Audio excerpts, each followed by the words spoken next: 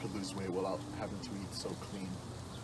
Hey, did you say something about eating clean? Yeah? I got some tips for you, buddy. Whoa. Have you heard about intermittent fasting? No, what is that? Let me show you. So basically, intermittent fasting is getting all the calories that you normally get in a day within a small window.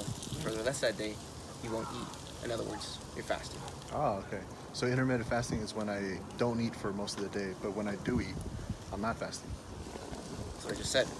Well, how long should I fast for then? Well, a typical fasting schedule is 16 hours of fasting and 8 hours of eating. So you're getting all that calories that you normally get in a day within 8 hours. Oh, that's cool. Yeah. Oh, so does that mean I still have to eat clean? Well, relatively. You don't necessarily have to eat like this all the time, but don't be going around eating all this junk food, you know? You still have to be conscious of what you put in your body. Oh, I see. Okay. Sounds great and all. So when can I start? Well, before we do that, gotta see what kind of lifestyle changes you have to make, or what kind of health complications prohibit you from doing intermittent fasting. Oh, all right. Let's go. So I know I gave you a basic idea about intermittent fasting, but let me go more in depth. Fasting originally started as an old lifestyle. Our very distant ancestors, the cavemen, went days on end before eating a meal. Our ancestors were forced to hunt for food and weren't always lucky enough to find an abundance at one time. If they were, they used that food as stored energy for the fasted days to come. Fasting was ingrained in their everyday lives.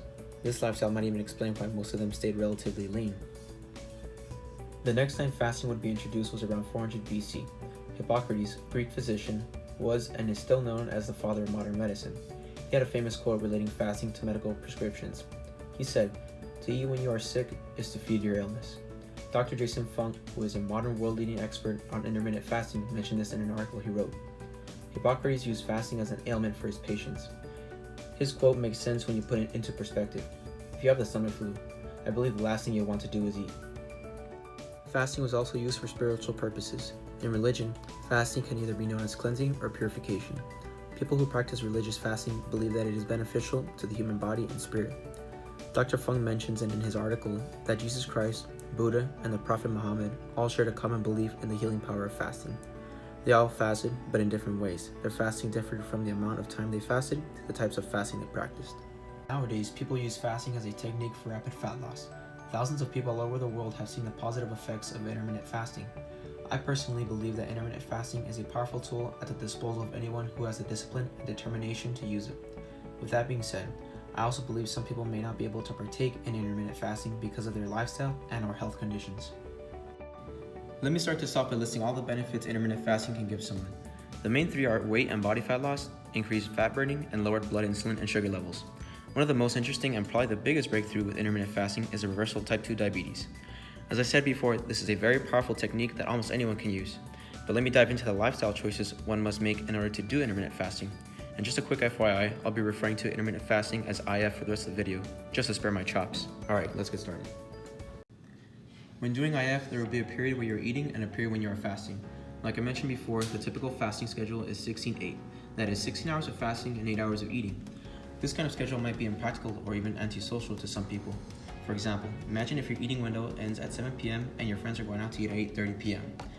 Looks like you're going to have to miss out on tacos don coco tonight, bro. Another simple example would be working late or even night shifts. If you apply the same situation where your eating window ends at 7 p.m. and you're working from 8 p.m. till 5 a.m. the next day, there's going to be a time within that 9-hour shift where you will get hungry. I have personally worked late and overnight shifts, and let me tell you, you can work up quite an appetite. Now I know what you're thinking. Why don't you just change up the times when you eat and fast? Well, changing the eating window might not be ideal for some people. In the 16-8 schedule, you typically start eating at 11 a.m. and stop at 7 p.m. and then fast for this of the 24 hours. At least this schedule keeps the eating window relatively close to someone's typical eating times. If they are not satisfied with this, then chances are they will not succeed in IF. Someone who is a strong advocate on this opinion is Jeff Cavalier. Jeff Cavalier has a master's in physical therapy and is a strength coach specialist. He has served as both the head physical therapist and assistant strength coach for the New York Mets. He is also known for his YouTube channel, AthleteNext, where he gives advice on nutrition, diet, and workout plans. Next, I want to talk about some of the health side effects one might come across when first doing IF. In an article by Dr. Vincent M. Bedre, he discusses how his patients have experienced the negative side effects of IF. In this video, I will only focus on two of them. The first side effect is binge eating. Binge eating is one of the biggest complications people face when participating in IF. After fasting for about 16 hours, a person can work up quite an appetite. But once again, This does not mean that participant can eat very high calorie or high fat foods. Dr. Pedre reiterates that intermittent fasting is not meant to function in that way. People need to treat intermittent fasting as a diet because it is one. According to Dr. Pedre, hunger can increase stress levels. A lot of people drink black coffee during their fast because it does not break the fast, since it has no calories.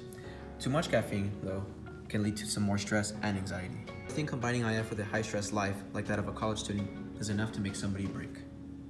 Before I wrap this up, I just want to take a minute to tell you something all about IF. It is such a great diet, not only because of its amazing benefits, but because how simple its structure is. When you go home today, I encourage you to do some more research on IF and see if you can join the other thousands of people who have made incredible transformations. I know this video is about why not everyone should participate in it, but that does not mean everyone should be discouraged. Try it for yourself and see what happens. You never know how much this could change your life unless you give it a go. But just remember, it will take dedication and determination.